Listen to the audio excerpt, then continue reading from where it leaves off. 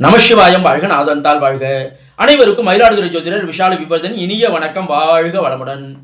நம்முடைய யூடியூப் சேனல்ல நிறைய பயனுள்ள ஜோதிட தகவல்களை தொடர்ச்சியாக கொடுத்து வந்துட்டே இருக்குங்க. இன்னும் பல நூறு ஜோதிட வீடியோக்களை தினம் தினம் கொடுத்து கொண்டே இருக்கிறாங்க. அதே போல கடவுள் அனுகிரகம் அப்படிங்கிற யூடியூப் சேனல்ல ஒரு 550க்கும் மேற்பட்ட ஜோதிட வீடியோக்கள், ஜோதிட கண்டென்ட் வீடியோக்கள் மட்டும் ஒரு 550க்கும் மேற்பட்ட ஜோதிட வீடியோக்கள் கொடுத்துருக்கேன். இன்னும் கொடுத்து வந்துட்டே தாங்க இருக்கலாம். அந்த சேனலோட பேர் கடவுள் அனுகிரகம் அப்படிங்கிற சேனலையும் பார்க்கலாங்க.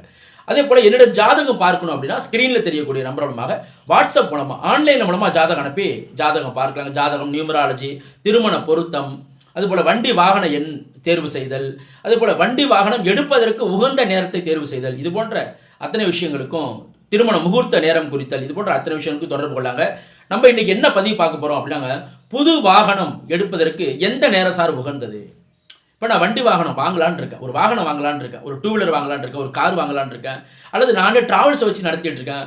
அப்போ அடிக்கடி நான் கார் வாங்கக்கூடிய தன்மைகள் வரும். அல்லது நானே பழைய வண்டி வாகனங்கள், அதாவது கன்சல்டன்சி மாதிரி வச்சு நடத்திட்டு இருக்கேன். அப்போ அடிக்கடி நான் வாகனங்களை வாங்கக்கூடிய தன்மைகள்லாம் வரும். அப்படிங்கிற மாதிரிலாம் இருக்கும். அதுமாதிரி லாரி, நிறைய கனரக வாகனங்கள் வச்சு நடத்திட்டு இருக்கேன்னு சொல்கிறவங்களாம் இருக்காங்க.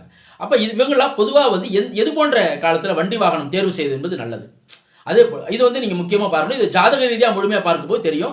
இருந்தாலும் ஓரளவுக்காவது நீங்கள் எப்படி தெரிஞ்சுக்கலாம் அப்படிங்கிறத இந்த பதிவில் நம்ம தெளிவான விளக்கமாக பார்க்கலாங்க.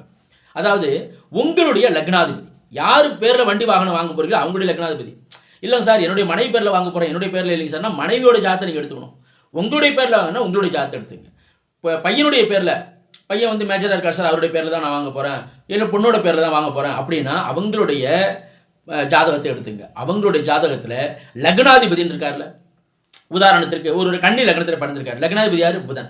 அந்த லக்னாதிபதி தற்போது உள்ள கோச்சாரத்தில் இப்போ இருக்கிற கிரக நிலைகள் அதில் அவர் நீச்சம் அடைஞ்சிருக்க கூடாது, பகை பெற்றிருக்க கூடாது, அஸ்தமனம் அடைந்திருக்க கூடாது. நீச்சம், பகை, அஸ்தமனம் இது போன்ற நிலையை அவர் அடைந்திருக்க கூடாது. லக்னாதிபதி பாதிக்கப்படக்கூடிய காலத்தில் போய் நம்ம ஒரு விஷயத்தை செயல்படுத்துவது என்பது சிறந்தது அல்ல அப்படிங்கிற பாயிண்ட்டையும் நீங்கள் வந்துருங்க. அப்போ இந்த விஷயத்தை நீங்கள் சீர்தூக்கி பாருங்க. அதே போல 4ஆம் இடம் தான் வாகனத்திற்கு அதிபதி.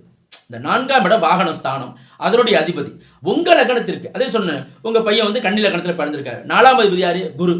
அப்ப அந்த குரு இருக்காரு பாருங்க, அவரு தற்போது கோச்சாரத்தில் கெட்டுக்க கூடாது. அப்படின்னா என்ன சார் கோச்சாரத்தில் கெட்டுக்க கூடாதுன்னா, அவரே அஸ்தமனம் அடைகிறார், அவரே சனியோட கூடுறாரு, அவரே சனியுடைய பார்வையில் வாங்குறாரு, இல்ல அவரே நீச்சம் ஆகுறாரு. இல்லை சில நேரங்கள் நீங்கள் பார்த்தீங்கன்னா நீச்சமாக வராரு, ஒரு வருஷம் வரைக்கும் நீச்சமாகவே இருப்பார் சார் 4ஆம் அதிபதி. அப்போ நான் வாங்கவே முடியாதானா? அந்த நீச்சத்திற்கு விதிவிலக்கு இருக்குல்ல. அதாவது அந்த குருவை சுக்கிரன் தொடர்பு கொள்வது, அந்த குரு பௌர்ணமி சந்திரனுடைய பார்வையில் இருப்பது, இது போன்ற விஷயங்கள் இருக்கு. அப்போ நீச்சம்னா நீச்சம் மட்டும் இல்லை, நீச்சம் அடைந்திருந்தாலும் சுபத்துவம் அடைந்திருந்தால் பரவாயில்ல, சுபத்துவமும் இருக்கணும் அந்த இடத்துல. இல்லை சார் லக்னாதிபதி நீச்சம் தான், அதாவது தனுசு லக்னத்தில் பிறந்திருக்கேன், லக்னாதிபதி எனக்கு நீச்சமாக தான் இருக்கார், ஒரு வருஷம் முழுக்க நீச்சமாக தான் இருப்பார் கோச்சாரத்தில், அப்போ நான் என்ன செய்யறது அப்படின்னா, அங்கே எப்படி இருந்தாலும் அந்த சுபத்துவங்கிறது அந்த இடத்துல பாயிண்ட் வந்தே தீரும். குரு பௌர்ணமி சந்திரன் பார்வையில் வரலாம், சந்திர அதியோகத்தில் குரு வரலாம், அது போன்ற காலமாக இருக்கா, அல்லது குருவோட சுக்கிரன் இணையக்கூடிய தன்மைகள் வரலாம், அல்லது குருவுக்கு வீடு கொடுத்த சனி கோச்சாரத்தில் உச்சமடையக்கூடிய காலங்கள் வரலாம், அல்லது ஆட்சியாக இருக்கக்கூடிய காலங்கள் வரலாம், எப்படி வேணாலும் வரலாம். அப்போ இந்த ஒரு நீச்சம்னா உடனே அது நீச்சமாக இருக்காரு, அப்போ ஒரு வருஷம் இருக்குன்னா இல்லை, அந்த இடத்துல நீச்சமாக இருந்தால் அதற்கு விதிவிலக்கல் இருக்குல்ல, சுபத்துவங்கிற விதிவிலக்கல் இருக்குல்ல, அந்த மாதிரி கோச்சார ரீதியாக சுபத்துவம் அடைந்திருந்தால் கண்டிப்பாக அந்த காலகட்டத்தை நம்ம பயன்படுத்தலாம். அப்போ இது போல 4ஆம் அதிபதியினுடைய நிலையை பாருங்க. உங்களுடைய லக்னாதிபதி பெரும்பாலும் லக்னாதிபதி கெட்டிருந்தாலே, கோச்சாரத்தில் பாதிக்கப்பட்டிருந்தாலே அந்த காலகட்டம் நம்மளுக்கு ஒரு கடுமையான காலகட்டமாக தான் இருக்கும், கொஞ்சம் சிறப்பில்லாத காலகட்டம் தான், நிறைய போராட்டங்கள் இருக்கும். அந்த அமைப்பை நீங்கள் பாருங்க. அதே போல சுக்கிரன் ஜென்ரலாக ஜாதகத்தில் சுக்கிரன் நம்மளுக்கு வலிமையாக இருக்கணும். அந்த மாதிரி இருந்தால் அவங்களுடைய பேரில் வண்டி வாகனங்கள் வாங்குவது என்பது சிறந்தது தான். அதே போல கோச்சாரத்திலே சுக்கிரன் பாதிக்கப்படாமல் இருக்காரான்னு பாருங்க. கோச்சாரத்தில் தற்போது உள்ள கோச்சாரத்தில் அப்படின்னா என்ன சார், சுக்கிரன் கன்னி ராசியில் நீச்சமாக இருக்கார், அது போன்ற காலங்களில் யோசனை பண்ணி, அது ரொம்ப குறுகிய பயிற்சி தானே, அதனால் நீங்கள் பொறுமையாக இருந்து கூட செய்யலாம். இது போன்று சுக்கிரனும் பாதிக்கப்படாமல் இருக்காரான்னு பாருங்க. இது போன்ற அளவில் இதில் ஓரளவுக்கு 2 பாயிண்ட் கரெக்டாக வந்துச்சு. 3 பாயிண்ட் சொன்னால் லக்னாதிபதி நீச்சம் அடையக்கூடாது, பகை அஸ்தமனம் அடையக்கூடாது. அதே போல் 4ஆம் அதிபதி நீச்சம், பகை, அஸ்தமனம் அல்லது சரியில்லாத நிலையில் இருக்காரு அப்படிங்கிற பாயிண்டில் இருக்குனாலும் நீங்கள் இதை நீங்கள் யோசனை பண்ணணும். இதில் 3 பாயிண்ட் சொல்கிறேன். லக்னாதிபதி, 4ஆம் அதிபதி, சுக்கிரன், இதில் 3ல் 2 பாயிண்ட் கரெக்டாக இருந்தோட அதில் மிக முக்கியமாக லக்னாதிபதி நல்லா இருக்கணுங்க. 4ஆம் அதிபதி நல்லா இல்லை சார், ஆனால் சுக்கிரன் நல்லா இருக்காரு சார் அப்படின்னா கூட பரவாயில்ல.